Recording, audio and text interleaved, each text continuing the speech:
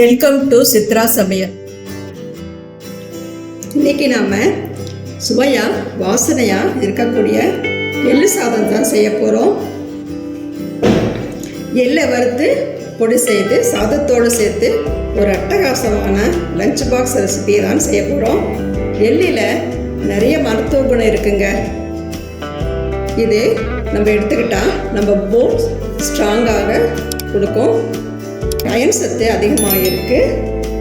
Haemoglobin அளவும் இது சாப்பிட்றதுனால அதிகரிக்கும். அடிக்கடி இதை நம்ம எடுத்துக்கிட்டால் நம்ம உடம்புல நோய் எதிர்ப்பு சக்தி அதிகம் கொடுக்கும். வாங்க இது செய்ய ஆரம்பிக்கலாம். ஃபஸ்ட்டு நம்ம ஒரு பொடியை தயாரிச்சுக்கலாம். அதுக்கு தேவையான பொருளை இப்போ நம்ம பார்க்கலாம். 2 ஸ்பூன் கருப்பெள்ளு, 2 வரமிளகாய், தேவையான உப்பு, ஒரு கொத்து கறிவேப்பிலை, உளுந்து 2 ஸ்பூன், 2 சிட்டிகை பெருங்காயத்தூள். இதெல்லாம் நம்ம வெறும் வடை சட்டியில் வறுத்து மிக்சியில் போட்டு நைஸாக பொடி பண்ணி எடுத்துக்கலாம். அடுப்பில் ஒரு வடை சட்டி வச்சுக்கணும். வடை சட்டி கொஞ்சம் காயிட்டோம்,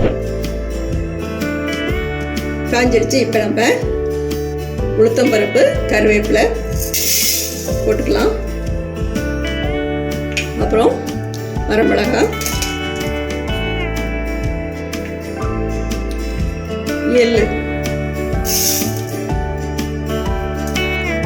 அப்புறம் பெருங்காயம், வெங்காயத்தூள் 2 சிட்டிகை எடுத்து வச்சுருக்கோம்ல, அதை போட்டுட்டு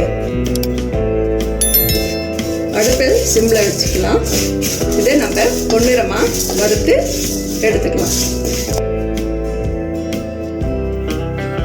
பாருங்க, கருப்பெள்ளு, உளுந்து, வரமிளகாய், கருவேப்பிலை எல்லாம் இந்த மாதிரி பொன்னிறமாக வறுப்பட்டுடுச்சு.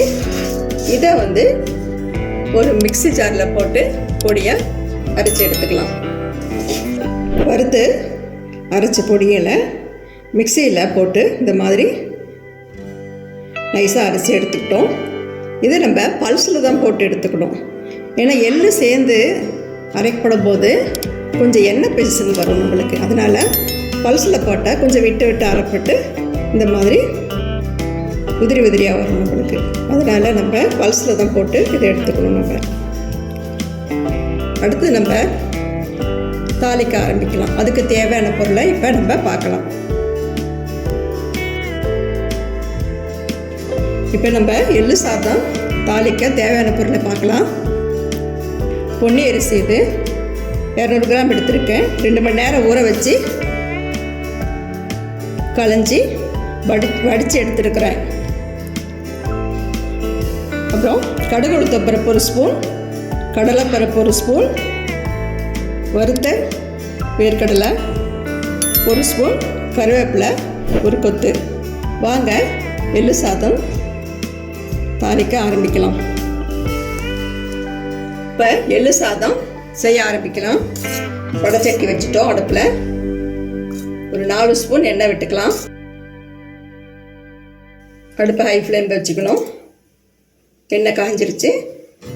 இப்போ நம்ம கடுகு உளுத்தம்பருப்பு, கடலைப்பருப்பு எல்லாமே போட்டுக்கலாம்.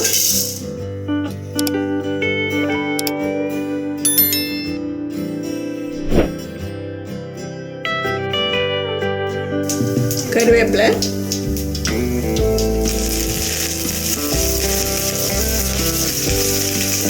வறுத்த வேர்க்கடலை,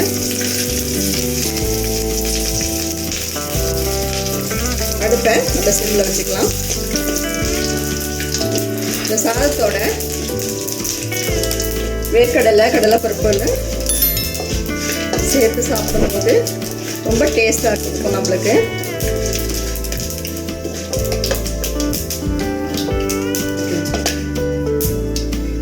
வேர்க்கடலை, கடலைப்பருப்பு எல்லாம் வறுப்பட்டுடுச்சு.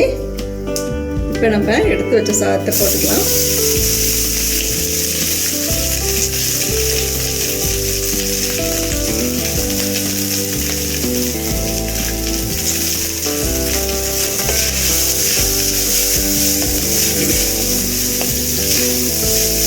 எங்கள் வீட்டில் இது ரொம்ப விரும்பி சாப்பிடுவாங்க.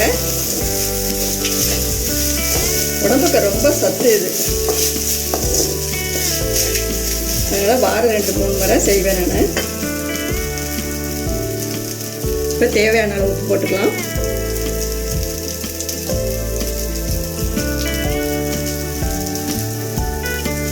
அரைச்சி வச்சுருக்கிற மிக்சியில் இந்த மசாலா பொடி போட்டுக்கலாம்.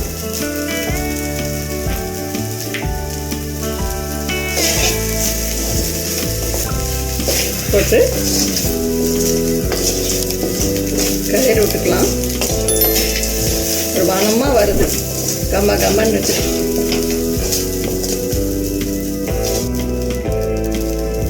இந்த மாதிரி ஈவனாக நம்ம புரட்டி எடுத்துக்கணும். இப்போ நம்ம டேஸ்ட் பண்ணி பார்க்கலாம். ரொம்ப சூப்பராக வந்திருக்கு, ரொம்ப வாசனையாகவும் இருக்குது. இதை நம்ம ஒரு தட்டில் பரிமாறிக்கலாம். எள்ளு சாதம் நம்ம தட்டில் பரிமாறிட்டோம். ரொம்ப அருமையாக வந்திருக்கு. இந்த எள்ளு பொடியை நம்ம இட்லி தோசை கூட நல்லெண்ணெய் விட்டு தொட்டு சாப்பிட்லாம். சிவன் கோயிலெல்லாம் போகும்போது எங்களுக்கு இதில் பிரசாதமாக தருவாங்க. ரொம்ப டேஸ்ட்டாக இருக்கும். அப்புறம் சனி பகவானுக்கு இந்த மாதிரி எள்ளு சாதம் செஞ்சு படைக்கலாம். நீங்கள் கோயிலுக்கு போனால் ரொம்ப சிம்பிளான ரெசிபி, ஈஸியானது கூட. ஒரு 10 நிமிஷத்தில் செஞ்சிடலாம். நீங்களும் உங்கள் வீட்டில் இதே அளவோட செஞ்சு பாருங்கள். இந்த வீடியோ உங்களுக்கு பிடிச்சிருந்தா சித்ரா சமையலுக்கு லைக் பண்ணுங்கள், கமெண்ட்ஸ் பண்ணுங்கள், சப்ஸ்கிரைப் பண்ணுங்கள். உணவே மருந்து. மிக்க நன்றி. இந்த வீடியோ உங்களுக்கு பிடிச்சிருந்தா சித்ரா சமையலுக்கு லைக் பண்ணுங்க, ஷேர் பண்ணுங்க, சப்ஸ்கிரைப் பண்ணுங்க. உங்களுடைய கருத்துக்களை கமெண்ட் செக்ஷன்ல பதிவு பண்ணுங்க. உணவே மருந்து.